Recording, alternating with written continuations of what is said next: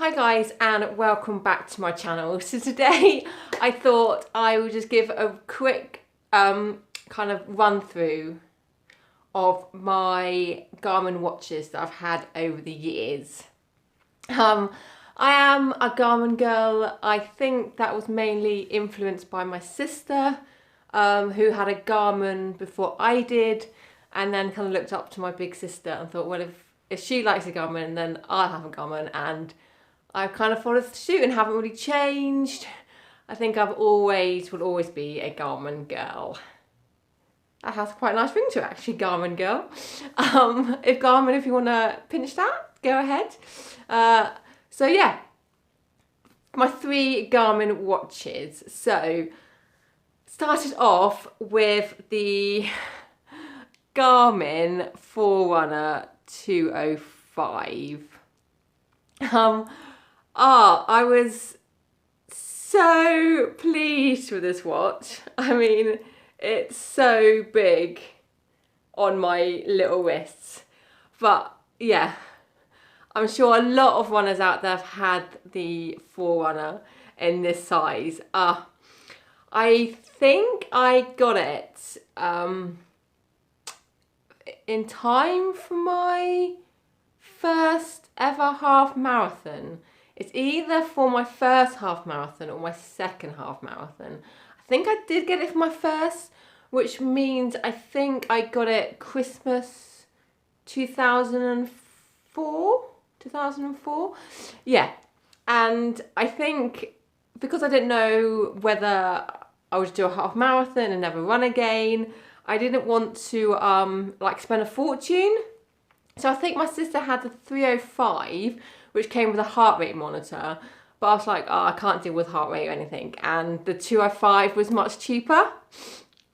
And I have to say, I loved this watch. I honestly loved it.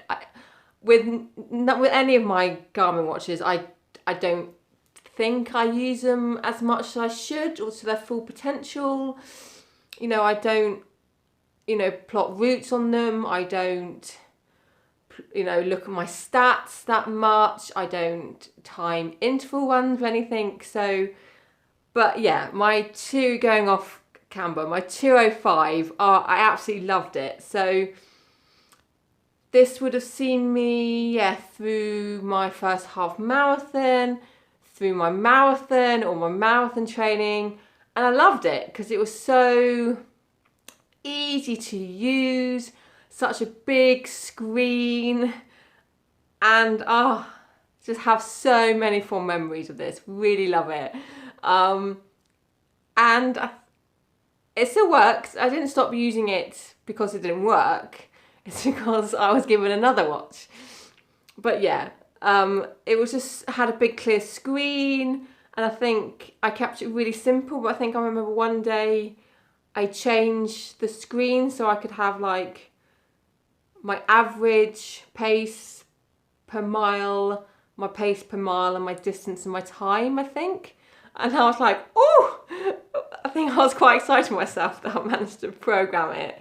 So yeah, loved this watch. Yeah, so many memories of this watch and all the runs it came on with me. So yeah, so it didn't break. As far as I know, it still works. But I was very happily gifted by my boyfriend, who's now my husband, this Garmin, which is the Vivo Smart HR, if I remember rightly. And I think he gave it to me for my birthday in 2016. If I remember rightly, and he bought one for himself as well. And I have to say, when I got given this watch, I felt really, really sad for my 205. I felt like, I mean, look at the size difference. 2 very different watches, activity tracker and a running watch. But I felt so sad to lose my 205. I really did, felt sad, and kind of like, I felt really bad. to say goodbye to it. And then I use this one. So my first so I only ever use this for running, not for like counting steps or anything. I don't think it did anyway. But with this one, it was like an activity tracker. So it's my first kind of venture into like monitoring my heart rate, like every day, just looking at it randomly going, ooh, it's above average. Ooh, wonder what's going on. And my steps and stuff.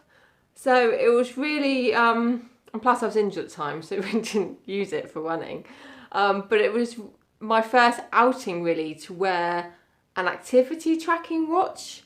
And yeah, really loved it. Although Mike's my boyfriend, now my husband, his watch used to find GPS like that.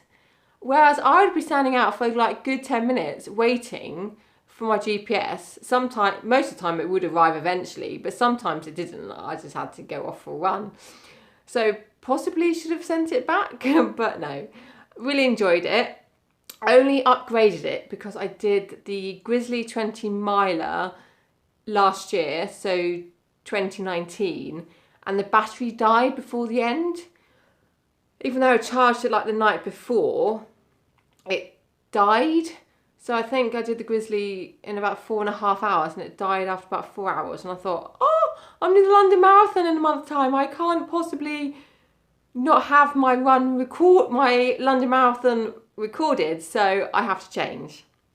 Luckily, my sister bought a Garmin watch and she wasn't using it. So I kindly bought it off her, and that is the Garmin 735 XT, which I normally wear all the time. So I always counts my steps, my heart rate, and again, love my 735 XT because for when I do cycle, I can do my cycling on it.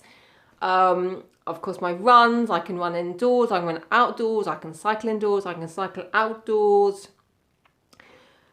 And it's just a really big screen, because this one's working.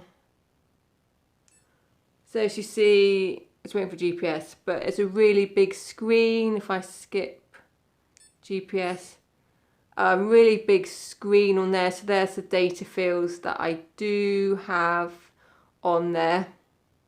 So I have the time, the distance, the pace, and the average pace.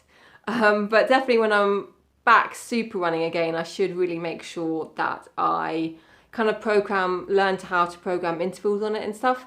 So yeah, so that's my current Garmin watch. Do really enjoy it, and again, look, probably so much more powerful than this, and yet so much smaller. And yeah, so love my 735 XT. So I've had it about 18 months, and it's seen me through the London Marathon. It's seen me through my 50k Ultra last July. So the battery lasts definitely a long time.